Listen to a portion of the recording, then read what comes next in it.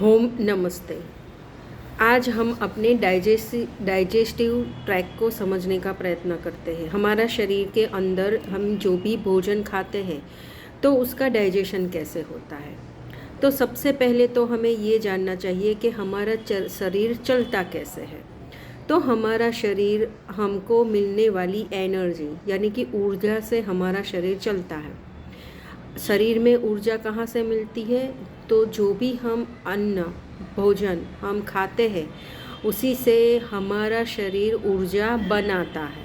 बराबर, डायरेक्ट जो भी भोजन खाते हैं उसमें से ऊर्जा नहीं मिलती, उस शरीर को उसके ऊपर प्रोसेस करना होता है। तो उसके कारण हमारा शरीर ऊर्जा बनाता है। अच्छा, तो हम ये बिल्कुल दोनों तरफ से जानने का प्रयत्न करते हैं कि भोजन जो है, जो भोजन जो हम बनाते हैं, तो भोजन हम किस में से बनाते हैं? तो उसका जो सबसे महत्वपूर्ण जो रॉ मटेरियल्स होता है, जैसे चपाटी किस में से हम बनाएंगे? तो गेहूं से बनाएंगे। राइस बनाएंगे तो कहाँ किस में से बनाएंगे? तो चावल में से बनाएंगे। ऐसे ही वेजिटेबल्स, ऐसे ही सब दालें होती हैं, उसमें से हम राइस और चावल दाल वगैरह बनाते हैं। अच्छा, तो ये उसका हो गया एक बेसिक मटेरियल जिसमें से हम अपने भोजन को बनाएंगे। अच्छा, ये हम और थोड़ा सा गहराई में समझने का प्रयत्न करते हैं। जैसे हम गेहूं कहाँ से आएगा? तो ये पृथ्वी तत्व से आएगा। जो पृथ्वी में गेहूं उगाने का जो बीज होता है वो पृथ्वी में जब खेडूत उसमें डालेगा, उस ज़मीन को स्वच्छ करके वहाँ पर बीज डालेगा, फिर उसकी मरम्मत करेगा। अब ये जो आगे ये गेहूं उग के जो एक वनस्पति बनने वाली है, उसमें ये भी एक क्रिया बनती है। कौन सी क्रिया बनती है? कि उसमें से जो सूर्य की गर्मी होती है, चंद्र की ठंडक लगती है, तो ये सूर्य का ताप लगता है, चंद्र की ठंडक लगती है, औषधि स्वरूप ये अन्न उगता है। ठीक, इसके ऊपर बारिश का भी एक प्रभाव होता है। बरसात की सीज़न में जो बारिश होती है उसका भी अन्न उगने में एक अपना ही एक हिस्सा होता है ना। फिर कुछ खेत में कुछ पोषक तत्व भी डाले जाते हैं खाद के स्वरूप में, तो ही ये अनाज, उसकी भी एक प्रोसेस है। उनको ऐसा वातावरण चाहिए। तो हम जानते ही हैं कि जो गेहूं उगते हैं उसके लिए अलग सीज़न होती है, चावल उगते हैं उसके लिए अलग सीज़न होती है, वेजिटेबल्स अलग अलग प्रकार के वेजिटेबल्स है, वो भी अलग अलग सीज़न में अलग अलग तरह से वो उगते हैं, जो उसके अकॉर्डिंग जो एटमॉस्फेयर की रचना होती है।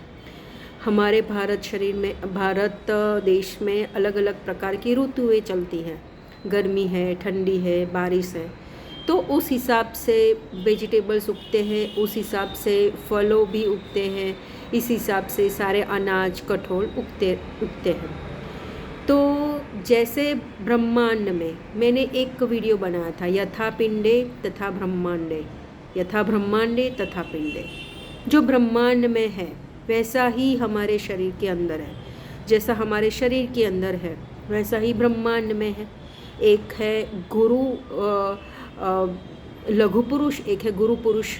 बराबर, जैसे ब्रह्मांड क्या हो गया? गुरु पुरुष, और हम क्या हो गए? हमारा पिंड यानी के सारे पशु पक्षी मनुष्य, ये सब हो गया लघु पुरुष। बराबर, तो ये एक दूसरे के साथ जो सामंजस्य है उसको भी बहुत गहराई से हमें समझना है। जैसे हम देखते हैं कि पृथ्वी में कुछ भी अनाज, मैंने बताया कि वो भी एक सीज़न के अनुसार ही उगते हैं।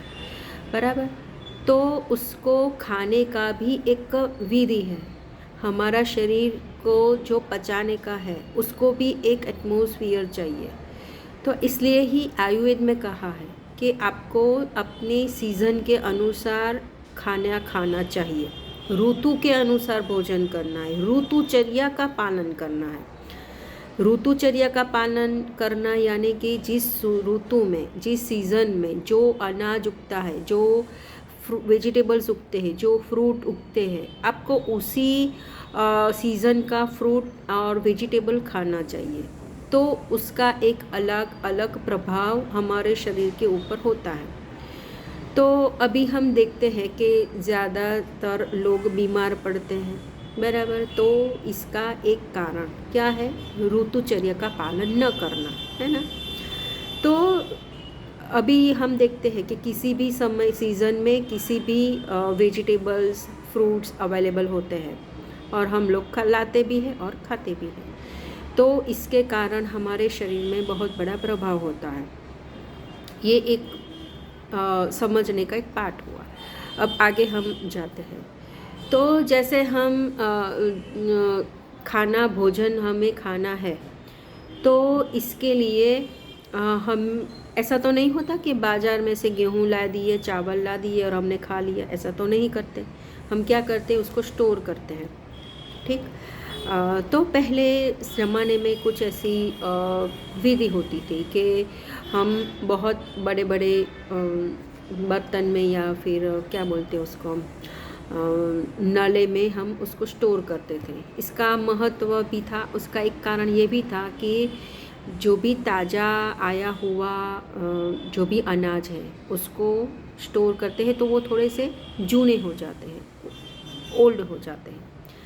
तो ये भी एक डाइजेशन में बहुत महत्वपूर्ण का भाग इसमें बचते हैं। क्या कि जितने पुराने अनाज होते हैं वो पचने में बहुत इजी टू डाइजेस्ट होते हैं। अगर सीधे डायरेक्ट जो भी ताज़ा उगा हुआ अन्न अगर हम खाते हैं तो ये पाचन में भारी होते हैं, ठीक। तो ये भी एक अलग बात हुई कि हम उसको स्टोर करते हैं, उसके ऊपर भी एक क्रिया होती है। हम उसको कैस्टर ऑयल से उस तेल वाले करके रखते हैं ताकि उसमें कुछ ज़्यादा मतलब कोई उसमें जीवात ना हो, ठीक है ना। अभी क्या हो रहा है? अभी हम डायरेक्ट तैयार आटा ही लाते हैं और सीधा उसकी रोटी बनाते हैं। तो ये भी एक अच्छी बात नहीं है।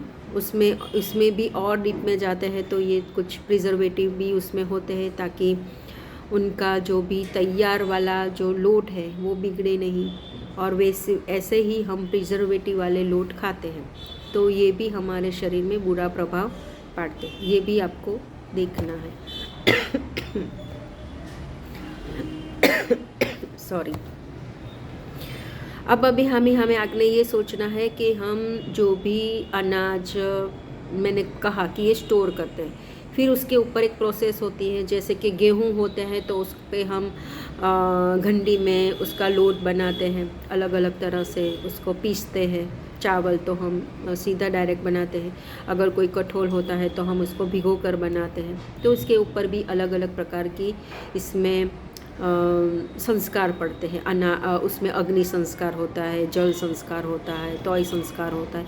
अलग अलग प्रकार के अनाज के ऊपर अलग अलग हम तरह के संस्कार करते हैं। जैसे अगर कोई वेजिटेबल्स आते हैं बाज़ार से या कोई फ्रूट्स वगैरह आते हैं तो हम उसको पहले पानी में भिगो करके जो उसके ऊपर जो भी केमिकल्स लगे हुए होते हैं या कोई भी खाद लगी होती है उसको धूल करते हैं, मिट्टी को हम निकाल देते हैं, साफ़ करना होता है, ठीक। उसके बाद हाँ ये उसके बाद उसको पकाने के लिए ये तैयार हुए हैं, बराबर।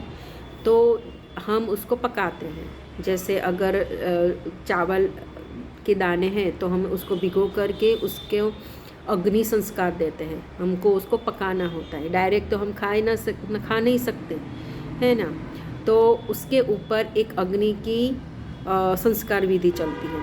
इसमें जितना ही हम लो फ्लेम पर पकाते हैं उतना ही अच्छा डाइजेशन में अच्छा रहता है, बराबर। तो हमने देखा कि कोई भी अन्न ऐसे ही हम नहीं खाते, उसकी एक पूरी प्रोसेस रहती है। ये पूरे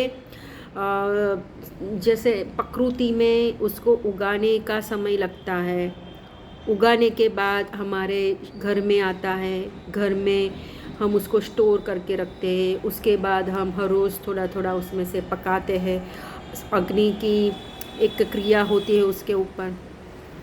ये तो हम बाहर देखते हैं, ये सब हम कहाँ पर देखते हैं, ये सब हम अपने शरीर के बाहर सब होने वाली क्रिया है। ये कोई शरीर के भीतर चलने वाली क्रिया नहीं है। ये कैसा है, बाहर ब्रह्मांड में होने वाली सब क्रियाएं हैं, बराबर। अभी ये पक गया, तो अभी ये पका हुआ अन्न हम खाते हैं, तो ये क्या हुआ कि ये प्रकृति ने उसको उगाया, यानी कि प्रकृति में से उसमें भी एक समय लगता है, उगने में भी समय लगता है। जैसे हम कहते हैं ना कि उतावड़े आंबा न पाके, बराबर। कि तो जो कैरी उगती है, तो ये कैरी उगती तो तब है जब हम उसको उगाते हैं, मतलब आंबा को रोकते हैं। तो ये आंबा कुछ सालों के बाद एक वो फल देने में सक्षम होता है। उसके ऊपर एक पूरी जो सृष्टि है, ये संसार है, जो प्रकृति है, उसकी क्रिया चलती है, तभी ये उगता है। ऐसे ही डाला और सीधा उग गया ऐसा नहीं है, उसके ऊपर बहुत समय लगता है, तब ये कोई एक फल आने के लिए ये कोई वृक्ष तैयार होता है। उसके बाद हम उसको घर में पका, जो भी अन्न आया उसको हम गैस के ऊपर, अग्नि के ऊपर रखते हैं और पकाते हैं। उसमें भी एक प्रोसेस होती है कि भाई मात्रा, पानी की मात्रा कितनी होनी चाहिए, अग्नि की मात्रा कितनी होनी चाहिए। जैसे अगर मेरा बर्तन इतना है, अगर मैं अग्नि इतनी ज़्यादा देती हूँ तो ये जल जाएगा। अगर मात्रा ज़्यादा है, अग्नि कम पड़ेगी तो वो कच्चा रहेगा, अच्छी तरह से पकेगा नहीं, है ना। इन सभी बातों को हम ध्यान में रखते हुए किसी एक अनाज को पकाते हैं, और ये जब पक के आता है तो ये खाने के लिए ठीक तरह से हम उसको खा सकते हैं। अब जो हमें खाते हैं, अब उसके ऊपर भी एक प्रक्रिया चलती है, क्या कहते हैं उसको, डाइजेशन। ठीक, जो भी अन्न भोजन हमने पकाया गैस के ऊपर, उसके ऊपर से भी और एक प्रक्रिया चलती है पकाने के लिए, उगाने के लिए, पकाने के लिए, पचाने के लिए। ये पूरी एक प्रक्रिया चलेगी। ठीक, उगाने के लिए जैसे बारिश की आवश्यकता हो, सूर्य की आवश्यकता है, चंद्र की आवश्यकता है। पकाने के लिए अग्नि की आवश्यकता है, जल की आवश्यकता है, समय की आवश्यकता है। ऐसे ही शरीर के अंदर ये जब हम उसको मुंह के में अंदर अपना भोजन को जब हम रखते हैं, बराबर। तो चलो, मैंने बताया कि आपको डाइजेशन कैसे होता है, इसमें ही मैं उसको कवर करती हूँ कि डाइजेशन कैसे होता है।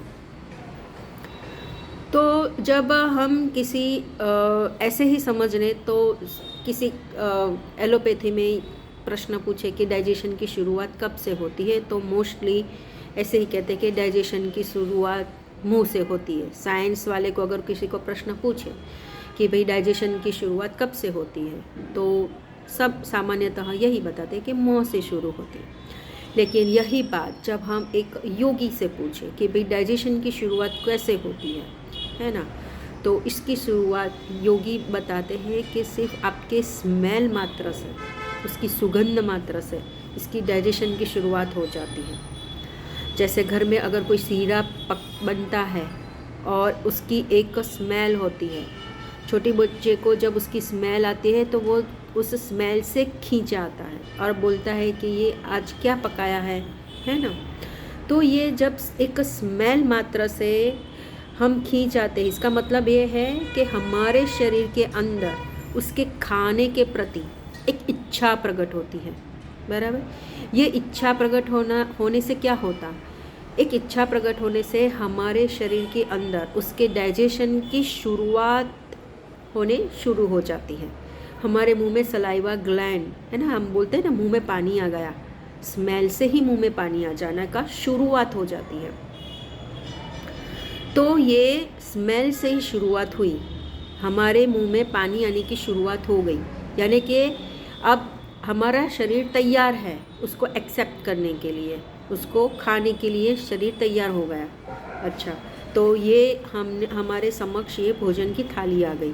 फिर हम उसको देखते हैं कि हाँ, किसी चीज़ को देख के उसके रंग रूप से खाने की इच्छा शुरू हो जाती है।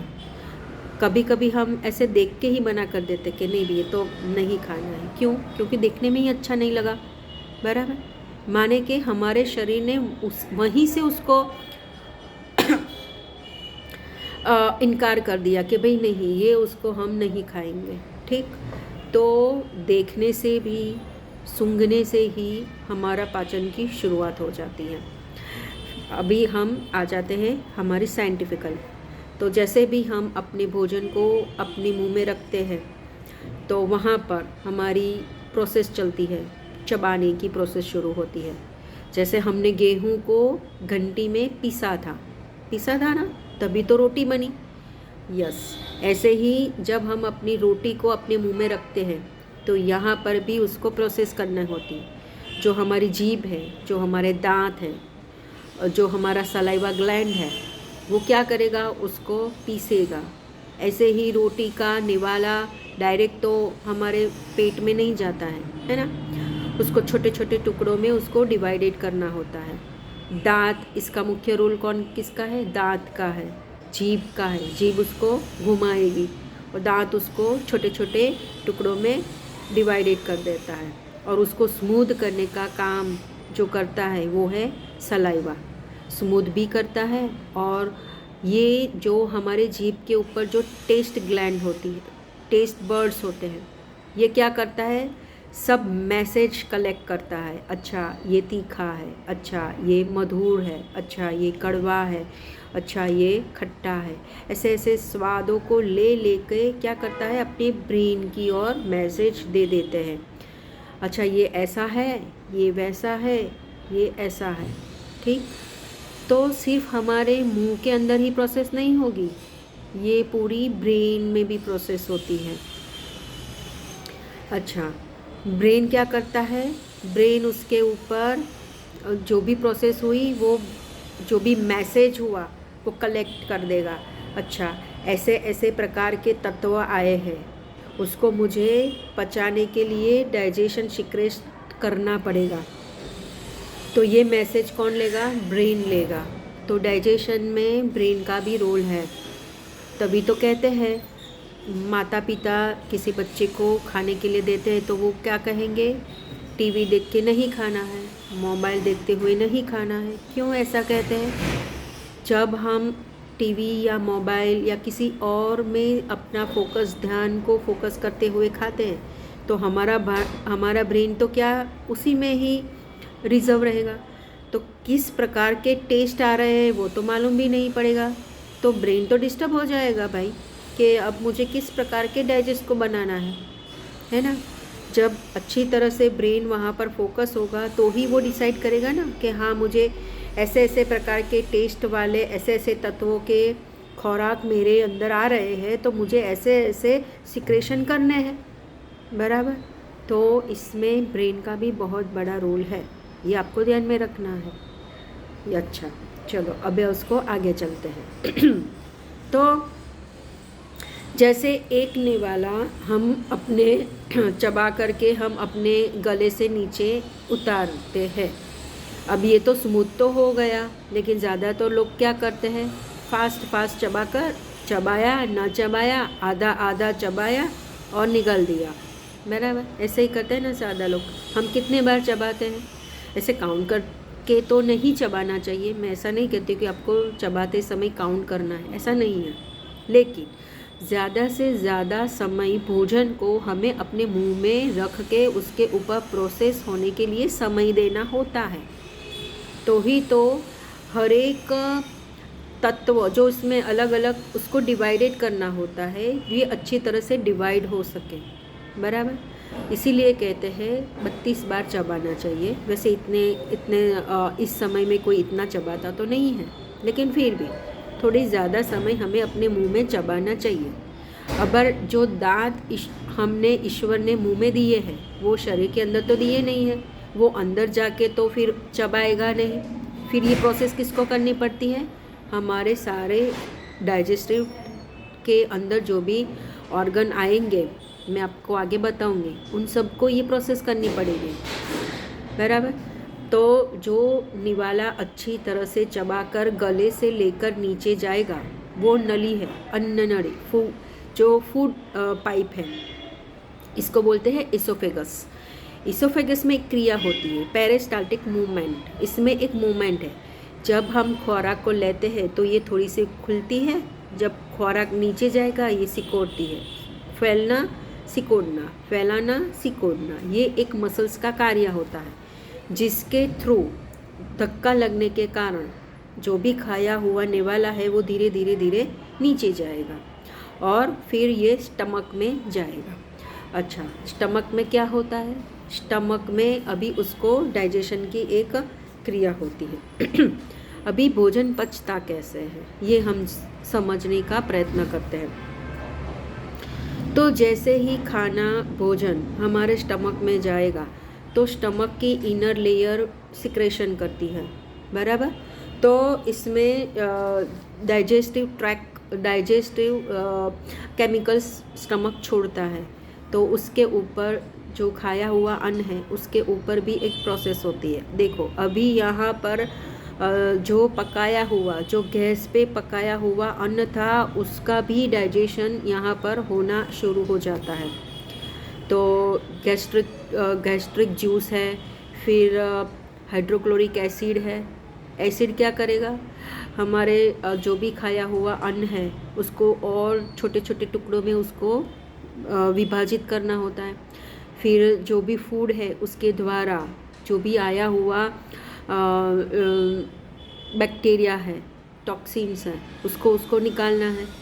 फिर ये एसिड ही है जो फूड में आया हुए जो भी ऑर्गेनिजम्स हैं उसको वो डिस्ट्रॉय कर देता है, मार देता है और खाने को पचाने में सहाय रूप होता है। फिर एक म्यूकस सिक्रेशन होता है। ये म्यूकस जो एक स्मूथ सिक्रेशन है, ये हमारे स्टमक की इनर लाइन को प्रोटेक्ट करता है। किससे प्रोटेक्ट करता है? HCl को, जो जलीय हाइड्रोक्लोरिक एसिड है उसको ये प्रोटेक्ट करता है। ये इतना जलीय होता है कि किसी भी खाए हुए अन्न को ये बिल्कुल डाइजेस्ट करने में से सक्षम होता है, बराबर। प्रॉब्लम तभी होती है ये कुछ ज़्यादा हो जाए या कम हो जाए, बराबर, लेकिन ये सक्षम है, पचाने के लिए ये सक्षम है। और ये इतना जलीय होता है कि ये डायरेक्ट अगर हमारे किसी सेल में संपर्क में आ जाए तो ये उसको भी नुकसान पहुंचा सकता है। इसके लिए ईश्वर ने क्या किया है, उसको प्रोटेक्ट करने के लिए म्यूकस सिक्रेशन होता है, ठीक। यस, अभी ये यहाँ से पाचन की शुरुआत होती है, प्रोटीन की डाइजेशन की शुरुआत होती है। फिर ये आगे स्मॉल इंटेस्टाइन में जाता है। स्मॉल इंटेस्टाइन में ये अलग अलग 3 प्रकार के इसमें डिवाइडेड किया है। डिओडिनम है, जुजिनम है, फिर इलियम है। इसको फिर आगे बिग इंटेस्टाइन में लार्ज इंटेस्टाइन से ये जुड़ा हुआ होता है। इसके अंदर जो प्रोटीन होता है उसको अमाइनो एसिड्स में, जो फैट होते हैं उसको फैटी एसिड्स में, और जो कार्ब्स होते हैं उसको कार्बोहाइड्रेट जो कार्बोहाइड्रेट होते हैं उसको ग्लूकोज में कन्वर्ट होना होता है। और ये स्मॉल इंटेस्टाइन इतनी लंबी होती है, करीब 7.5 मीटर्स लंबी होती है। इसमें ये सारी प्रोसेस होती रहती है और इसमें से जो भी पोषक तत्व है, जो भी, हाँ, यहाँ पर समझने वाली क्या बात है कि जो भी हमने खाया, हम ये साइंस की भाषा में अगर समझते हैं तो हम क्या समझते हैं कि इसमें क्या होते हैं, भोजन में कार्बोहाइड्रेट्स होता है, प्रोटीन्स होता है, फैट्स होता है, बराबर। तो ये डायरेक्ट हमारे ब्लड में नहीं चला जाता। जो भी खाया है, रोटी, चावल, दाल, ये डायरेक्ट ब्लड में नहीं चला जाता। शरीर के उसके ऊपर प्रोसेस करता है। जो कार्बोहाइड्रेट होता है उसको ग्लूकोज में कन्वर्ट करता है, जो प्रोटीन होता है उसको अमाइनो एसिड्स में कन्वर्ट होना होता है, जो फैट होता है उसको फैटी एसिड्स में कन्वर्ट होता है। जब ये एकदम ऐसी स्थिति में आ जाता है तो ही शरीर उसको एब्जॉर्ब करेगा, अदरवाइज़ ये ब्लड में नहीं जाने वाला, बराबर। जो भी प्रोटीन है वो अमाइनो एसिड में कन्वर्ट होगा तो ही ये ब्लड में जाएगा, एब्जॉर्ब्स होगा, एब्जॉर्प्शन उसको बोलते हैं अवशोषण, यानी कि ब्लड में चला जाना। जो भी हमने खाया हुआ अन्न है, ये जो पोषक तत्व है जिसको शरीर ने उसको अपने शरीर के अंदर भीतर सेल के अंदर जाने के लिए की जो कंडीशन होती है, उस कंडीशन में हमने उसको कन्वर्ट कर दिया तो ही ये ब्लड में चला जाएगा। ठीक, अच्छा, ये फिर आगे जाके लार्ज इंटेस्टाइन में जाएगा। जो भी स्मॉल इंटेस्टाइन में जो खुराक नहीं पचता वो आगे लार्ज इंटेस्टाइन में जाएगा। लार्ज इंटेस्टाइन में फर्दर और उसमें शोषण होता है, जो पानी वगैरह का भाग होता है वह शोषण होता है, जो मिनरल्स होते हैं उसका शोषण होता है। फिर शरीर उसको डिसाइड कर देता है कि इतना इतना मुझे लेना है और इसको इतना इसका उसको अलग करके उसको बाहर निकाल देना है। ठीक, तो जितना हमने खाया उतनी ही क्वांटिटी में शरीर में चला जाता है? नहीं, सब ऐसा शरीर में नहीं चला जाता, उसके वेस्ट प्रोडक्ट बनता है, बराबर, जिसको हम फीकल कहते हैं, स्टूल कहते हैं। ये लार्ज इंटेस्टाइन में एनस में जमा होके फिर वो एनस से बाहर, रेक्टम से बाहर निकल जाना, वेस्ट हम बाहर निकाल देते हैं, बराबर। तो ये एक डाइजेस्टिव की पूरी एक प्रक्रिया हुई। इसमें जो बाहर प्रकृति से शुरू हुआ था वो हमने और भीतर हमारे शरीर के अंदर किया और उसका वेस्ट था जो वो हमने बाहर निकाल दिया, बराबर। उसके हमारे शरीर के अंदर जो भी ज़रूरी पदार्थ थे वो ब्लड में चला गया।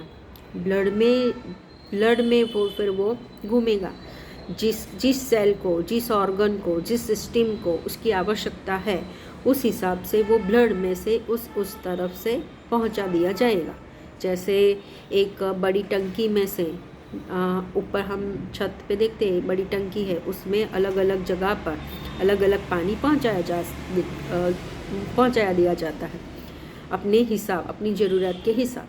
ऐसे ही हर एक जो पोषक तत्व है वो ब्लड के माध्यम से हर एक सेल को, हर एक ऑर्गन को, हर एक सेल को उसको पहुंचा दिया जाता है।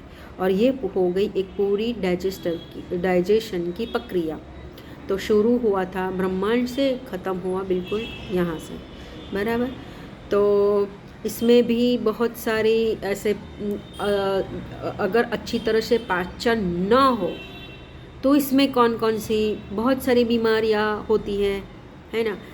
एसिडिटी, फिर इंडाइजेशन, कॉन्स्टिपेशन, बहुत सारी पेट की प्रॉब्लम होती है। हर एक ऑर्गन की अलग अलग प्रॉब्लम होती है अगर अच्छी तरह से ये डाइजेस्ट ना हो तो डाइजेशन होना हमारे शरीर के लिए कितना आवश्यक है ये आज हमने इतना ही जाना है। आगे और भी हम जानेंगे, और जो भी ये सेल उसको कैसे एनर्जी बनाता है ये भी इतना आवश्यक है समझने के लिए। ये किसी अगले वीडियो में मैं आपको बताने का प्रयत्न करूँगी। आप इसको समझें और इसका लाभ उठाएं। ओम नमस्ते।